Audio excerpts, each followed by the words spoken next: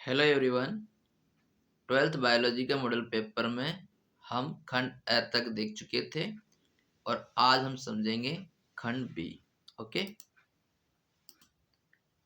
ठीक है, तो देखते हैं खंड बी का अगला क्वेश्चन जो है प्रश्न नंबर 4, शुक्र जनन एवं अंड जनन का आरेखीय चित्रण कीजिए।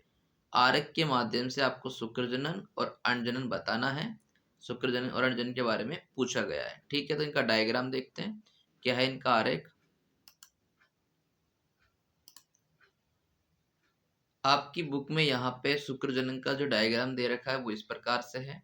देखो, ये डायग्राम है शुक्र जनन का। इसमें बता रखा है सबसे पहले शुक्राणु जनन जो कोशिकाएं हैं उनमें समसूत्री विभाजन होता है, अर्थात सूत्री विभाजन।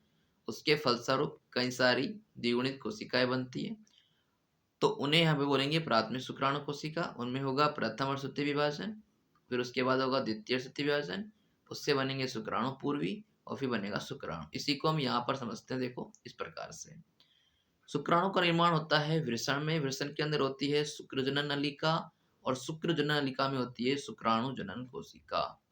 ठीक है, तो ये है शुक्राणु जनन कोशिका जो कि द्विगुणित अवस्था में होती है। और फिर इनमें होता है समसूत्री विभाजन और समसूत्री विभाजन के फलस्वरूप द्विगुणित कोशिकाओं का निर्माण होगा और फिर इनमें भी होगा समसूत्री विभाजन। और इस प्रकार समसूत्री विभाजन होने के बाद यहाँ पर शुक्राणु मातृ कोशिकाओं का निर्माण हो जाता है। ठीक है, ये कौन सी कोशिकाएं बन गई? शुक्राणु मातृ कोशिका। अब ये शुक्राणु मातृ कोशिकाएं वृद्धि प्रवस्था में जब जाती है तो यहाँ पर क्या होता है, इनके आकार में बढ़ोतरी होती है।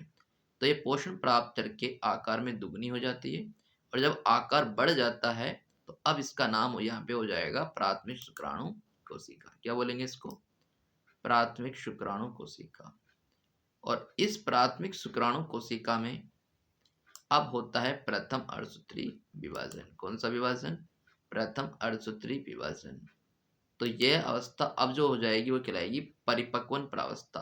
प्राथमिक शुक्राणु कोशिका से परिपक्वन अवस्था स्टार्ट हो जाती है। इसमें होता है प्रथम अर्धसूत्री विभाजन और इस प्रथम अर्धसूत्री विभाजन के फलस्वरूप दो एन अवस्थाएं बनती है। ऐसी ये एन कोशिकाएं बनेगी जिन्हें बोलेंगे द्वितीय शुक्राणु कोशिका।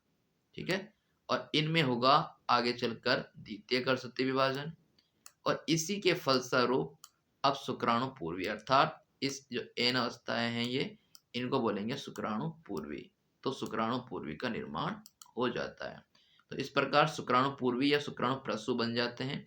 लेकिन ये गोल तथा अचल होते हैं, ये गतिशील नहीं होते हैं, तो इनका परिपक्वन होना जरूरी है। तो यहाँ पर इन शुक्राणु पूर्वी का क्या होता है या शुक्राणु प्रसू का क्या होता है? परिपक्वन होता है। इसी को बोलते हैं शुक्र कायांतरण।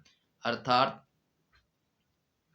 यहाँ पर शुक्राणु पूर्वी से शुक्राणु बनने की प्रक्रिया शुक्र कायांतरण कहलाती है और इसी को बोलते हैं शुक्राणु कि अब परिपक्व शुक्राणु बन जाते हैं। ठीक है, यानी शुक्राणु पूर्वी का परिपक्वन से क्या बनेगा? शुक्राणु बनेगा। इस प्रकार ये नर युग्मक जो एन अवस्था में होते हैं शुक्राणु, उनका निर्माण होता है। ये थी हमारी कौन सी प्रोसेस? ये थी शुक्र जनन। ठीक है, शुक्राणु बनने की क्रिया। अब आगे देखते हैं, अगला इसमें पूछा गया है अंड जनन। तो देखो, बुक में डायग्राम दिया हुआ है। सबसे पहले दे रखा है अंडजन्य कोशिका। तो अंडाणु निर्माण की क्रिया जो होती है वो होती है अंडाशय में। कहाँ होती है? अंडाशय में। और अंडाशय में होती है जो जनन उपकला की कोशिका, अंडजन्य कोशिका या अंडजनन कोशिका। ठीक है, इस अंडजनन कोशिका में इससे बनता है प्राथमिक कंडक, उसमें होता है अर्धसूत्री विभाजन, उससे बनेगा द्वितीय कंडक, फिर बनेगा अंडाणु। ये भी मुख्यतः सेम वैसे ही 3 प्रावस्थाओं के द्वारा बनेगी। ठीक है, देखो इसको यहाँ से अंडजन में पहले वही गुणन अवस्था आ जाएगी, फिर आ जाएगी वृद्धि प्रावस्था और फिर आ जाएगी इसकी परिपक्वन प्रावस्था। तो सबसे पहले हम समझते हैं इसकी गुणन। गुणन का मतलब है कि संख्या में गुणा, यानी कि बहुत अधिक संख्याओं में क्या बन जाती है? यहाँ पर अंडाणु मातृ कोशिकाएं बनती है। कई गुणा हो जाती है ये विभाजन कर करके, तो समसूत्री विभाजन के द्वारा कई अधिक संख्या में गुणा, कई अधिक गुणा होकर ये क्या बनाती है? अंडाणु मातृ कोशिका बनाती है। इसलिए इस अवस्था को बोलते हैं गुणन प्रावस्था। फिर इनका आकार बढ़ता है तो उसे कहते हैं वृद्धि प्रावस्था और फिर हो जाएगा परिपक्वन प्रावस्था।